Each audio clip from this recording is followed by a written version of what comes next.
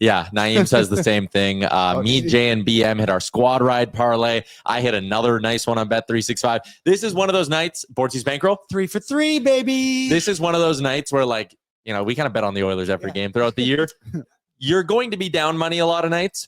These are the nights where you can make a whole bunch of it back because it's a 6-3 win. The over hits, the puck line hits, Draisaitl scored, Hyman scored, shot props were hitting everywhere. They had 40 or 36 shots on goal. I was facing a shame reload.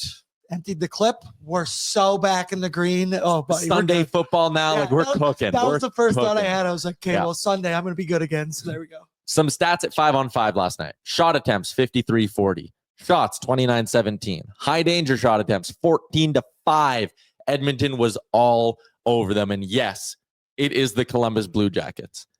But you need to beat the teams that are in front of you. And if you can take a team like Columbus, who at points this year has been scrappy, granted, dog shit road team. Mm-hmm. But if you can just have performances like that, it's a good reminder of what the ceiling of this team is. Because you know what? For my money, when we start looking back at this Oilers schedule here, and I know I had the clip that kind of made some rounds online of saying, like I said, December's going to change the way we view this hockey team. And people were like, they lose easy games all the time, like blah, blah, blah, blah, blah. For my money, and this dates back even pre-December, that Utah game showed me a lot. Mm-hmm. That Colorado game showed me a lot. Vegas was a loss, but they were the better team, and they played a scrappy, very structured Vegas team and found a way to generate way more chances than Vegas. Bing. Columbus, you have a bad team in front of you or a subpar team, you give it to them.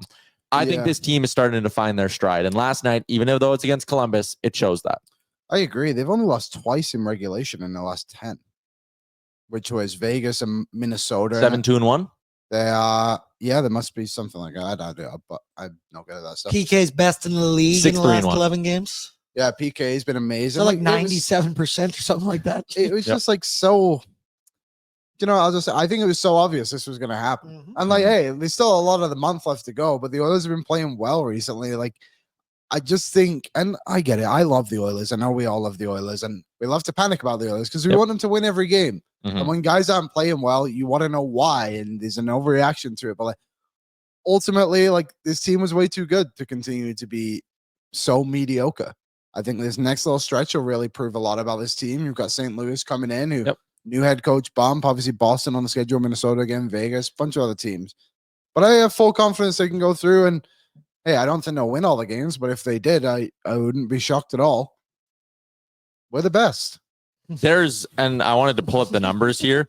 The Oilers so far this season have only been underdogs in, I think, like 3 games. I'm waiting for the website to load. I think they've only been underdogs in 3 or 4 games, and 2 of them have been the games where they were missing Connor McDavid. Yes. Or 2 of the games where they were missing Connor McDavid. So, like, again, this team can beat whoever you put in front of them. They just need to play well. And right now what we're seeing is that they're playing well. And you rattle off those teams that they have to play. And listen, I think a month ago I would have been sitting there being like, oh, God. And I'm sitting here going, yeah, they're beating St. Louis. Yeah, they can beat Tampa Bay on home ice. Minnesota. Vegas, they're due. Florida, we got a bone to pick. Revenge. Yeah.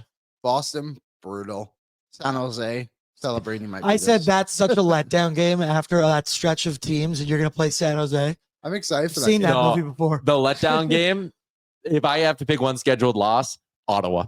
Because here's what's going to happen. They're going to go, and they're going to go on a nice run here. They're going to beat St. Louis. They're going to beat Vegas. They're going to win one of the Tampa mini games. They're going to have a big emotional win over Florida. They'll like win in OT against Boston. They'll be like, holy shit, they've won like 3 in a row.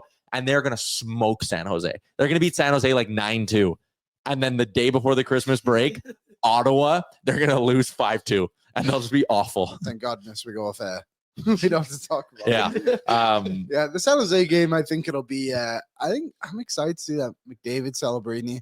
I bet like you teach, you reach, I teach kind of thing, you know? I just like 2 p.m. Saturday games. Me too. Okay. What's up, Nation citizens? If you like that video, then you need to be subscribed to the Oilers Nation YouTube. Podcasts, live shows, exclusive interviews, and analysis. Everything you need from your favorite voices at Oilers Nation. And you don't want to miss any of it, so hammer that subscribe button.